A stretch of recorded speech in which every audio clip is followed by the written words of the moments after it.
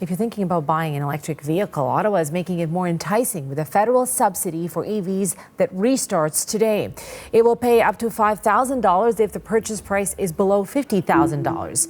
Now, although that cap does not apply to Canadian-made EVs, the savings are applied by the dealership right at the time of sale, and the subsidy hinges on that final purchase price. Chinese-made EVs will not be eligible for the program. The CBC's Marianne Demain tells us more about this program.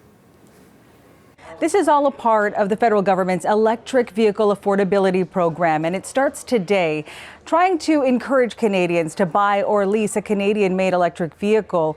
And there are incentives here. Here's a look at some of the incentives. They include up to $5,000 for battery electric and fuel cell electric vehicles, and up to $2,500 for plug-in hybrid vehicles. Now, in order to qualify for these incentives, these electric vehicles have to be made in Canada or be made in a country with free trade agreements with Canada.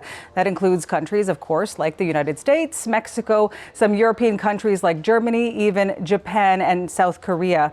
There is a final transaction value of the vehicle that cannot exceed $50,000. There is no limit when it comes to the vehicles actually made in Canada. Exempt from this right now, electric vehicles made in China. That's part of a separate deal that Prime Minister Mark Carney made with Beijing recently. But we do know that China makes more than 100 electric vehicle brands, including big U.S. brands like Tesla, which does have some of its models made in China. But even before all of this, there were already Chinese-made electric vehicles exported by Volvo and even Polestar to Canada. Now, the focus of this latest program is affordability. And we did hear from the president and CEO of Plug and Drive saying that this push for affordability to make things much more accessible for Canadians could lead to an increase in electric vehicle sales. EVs are much cheaper to operate, so they are cheaper in the long run, even without a rebate. But what we are seeing is that people were waiting because they did hear from a few members of the government that rebates were coming. And so I think you'll see quite a burst of activity in the next few months.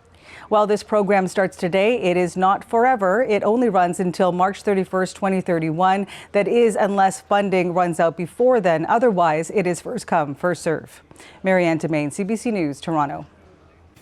And as we mentioned, Chinese EVs are excluded from this program, but some people worry they pose major national security and privacy concerns. For more on this, we have reached Stephanie Carvin in Ottawa. She's a former national security analyst and associate professor at Carleton University. Stephanie, thank you so much for making time for us. Hey, always great to be on. Stephanie, what should Canadian buyers keep in mind when trying to decide whether to purchase a Chinese-made EV? Well, other than the fact we've just had a very cold winter, and I don't know yet if we've seen how they perform, I think one of the main issues is that, yes, these are vehicles that are going to be hoovering up large amounts of data, pretty much, where you, not just where you drive and when you drive and where you live, but also it may be listening to what you say. It may look at which stores you're going to. So it really can, individually and en masse determine what's called patterns of life, which could be useful, for, to be fair, for automotive development and for looking at what could actually be, further research when they're developing their products and services, but also that could be passed on to the Chinese government. We know that because of their national security legislation, that, it could be basically giving a lot of this data, which is almost certainly to be stored in China, to the government. So yeah, there are reasons to be concerned in that way. We know that the Conservative leader, the leader of the opposition, Pierre Poilievre, and the Premier of Ontario, Doug Ford, have criticized the deal, with the Conservative leader calling the EVs roving surveillance systems. I think Doug Ford called them spy cars. What do you make of that? So yes and no. I think like I just said, we do need to be concerned and aware of the data issues. But that being said, all these politicians are on TikTok. A lot of these politicians are using devices and apps, which quite frankly harvest huge amounts of data, which are then sold by two third-party vendors who then go on to sell it even more. So even if you don't have a Chinese EV, if you're using a lot of apps, your data is being collected, harvested, and could easily be purchased by China. So this isn't just strictly a EV problem. I think we need to look at this in the context of a larger data problem that we have with regards to how our data is collected, harvested, and stored. China doesn't need EVs to spy on us, right? It can get a lot of the information that it needs right now, and I think that's the key thing here to remember.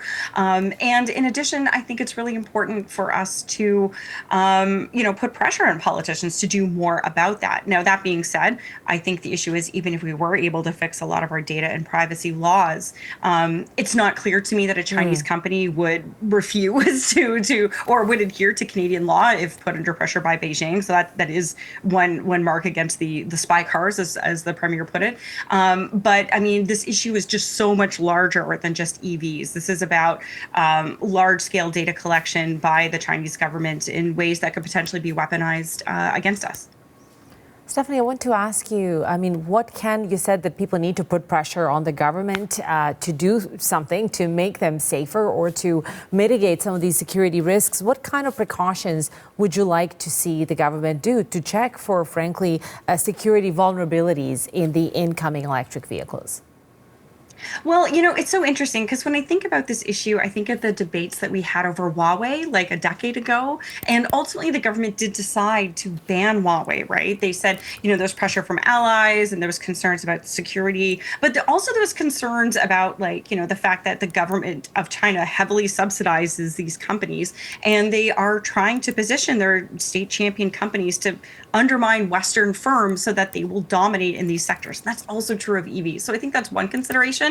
And we need to make sure that, as these cars are brought in, that, we are trying to figure out what is going to be the future of the auto industry. Now, that being said, with regards to the actual data collection, one of the things we did with Huawei prior to it being banned was we had the government set up something called white labs. And these were labs that were used to effectively monitor the technology, monitor the data, look for holes, look for back doors and things like that to ensure that the technology was in fact as safe as possible, and that effectively the government knew what it was doing when it was putting up these 5G systems. So I think in theory we could probably do the same with EVs, have these things tested as much as we can, and try to apply as much layered security. But ultimately, I think Canadians, when they purchase one of these vehicles, they're effectively making a trade-off, and I think they just need to be aware of that. That yes, you're getting a cheaper vehicle, arguably a better made vehicle by all accounts. I'm not a car expert, but any of the reviews out there are particularly glowing. So, you can't have one of these cars, but you do need to understand that, there are going to be trade-offs, and the government, between privacy and perhaps tech checks, should be doing a lot to protect Canadians. Right. And that do your due diligence as a consumer, I guess, at the end of the day. Stephanie, absolutely. Stephanie, thank you so much for your expertise. Really appreciate it. Thank you so much for having me on. Stephanie Carvin is a former national security analyst and associate professor at Carleton University.